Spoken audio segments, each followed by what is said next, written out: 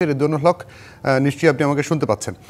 আমরা শুনেছি আগুন নিয়ন্ত্রণে, ক্ষয়ক্ষতির পরিমাণ, কিভাবে আগুনটা লাগলো, কোনো কিছু কি জানতে পেরেছেন?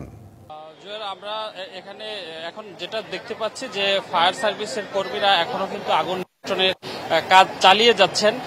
যদিও আগুনটা নিয়ন্ত্রণে এসেছে, তারপরেও একেবারেই পুরোপুরি যে শেষ পর্যন্ত এখন পর্যন্ত সমাপ্ত ঘোষণা করেনি। আমরা দেখতে পাচ্ছি ঠিক এই পেট্রোল পাম্পটির যে অপর প্রান্তে, একেবারে শেষ প্রান্তের দিকে কিন্তু ফায়ার সার্ভিসের কর্মীরা পানি দিয়ে আগুন সর্বশেষ ওই প্রান্তে যে আগুনগুলো ছিল সেগুলোকে নিয়ন্ত্রণ করার, নেভানোর চেষ্টা করছে এবং আশপাশে যাতে আগুন ছড়িয়ে না পড়ে, আশেপাশের যে ভবনগুলো রয়েছে সেগুলো পানিতে ভেজানোর কাজটি ফায়ার সার্ভিস করছে।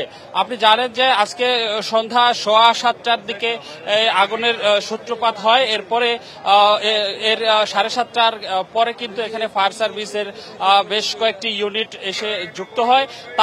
তারই আগে এখানে আশপাশের যে আইন শৃঙ্খলা বাহিনীর সদস্য বা বিশেষ করে পুলিশ সদস্য যারা ছিলেন এবং আশপাশের অন্যান্য মানুষ যারা ছিলেন, তারা চেষ্টা করেছেন যে এই আগুনটি কিভাবে নেভানো যায়। আপনি জানেন যেহেতু এটি একটি পেট্রোল পাম্প, এখানে পদার্থ রয়েছে প্রচুর, সেজন্য আগুন দ্রুত ছড়িয়ে তবে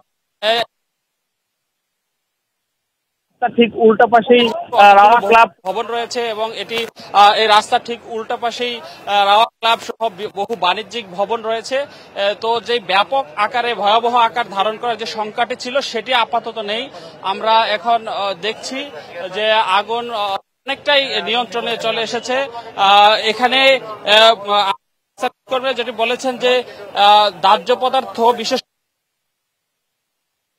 যে জ্বালানিতে আগুন নেভানোর জন্য যে ওয়ালটন এখন দেশের সীমানা পেরিয়ে পৌঁছে গিয়েছে 50টিরও বেশি দেশে। ওয়ালটন, ঘরে ঘরে বিশ্বজুড়ে।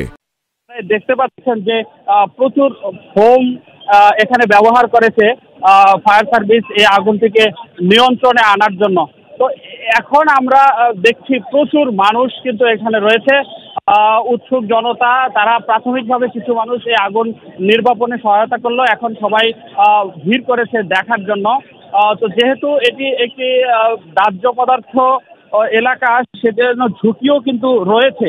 তবে আগুনের এখনকার যে আমরা পরিস্থিতি দেখছি তাতে ধারণা করা যাচ্ছে যে আগুনটি নিয়ন্ত্রণে চলে এসেছে। যদিও ফায়ার সার্ভিস এখন পর্যন্ত আনুষ্ঠানিকভাবে আগুন যে নিয়ন্ত্রণ হয়েছে সেই ঘোষণাটি দেননি। তবে এখানে যারা ফায়ার সার্ভিস কর্মীরা রয়েছে তারা আমাদেরকে বলেছেন যে তাদের যে কার্যক্রম তাতে তারা মোটামুটি আগুন নিয়ন্ত্রণে নিয়ে এসেছেন। এখন সবশেষ আসলে আর কোনো উৎস থেকে আগুন ছড়িয়ে পড়তে পারে কিনা, যে কোনো জায়গায় আগুন সুপ্ত অবস্থায় আছে কিনা, যেটি আসলে আবারও ছড়িয়ে পড়ার শঙ্কা তৈরি করতে পারে, সেই কাজটি কিন্তু তারা করছেন ভালোভাবে।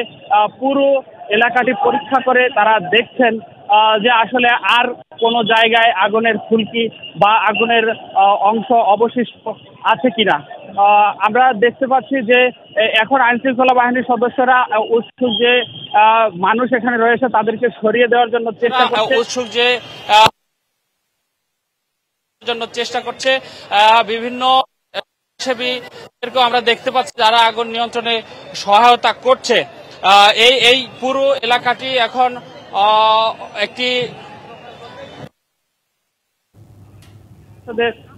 কাছ থেকে আমরা যেমনটি জানতে পেরেছি যে অল্প কিছুক্ষণের মধ্যেই হয়তো আগুন নিয়ন্ত্রণে এসেছে এমন ঘোষণা আমরা পাবো।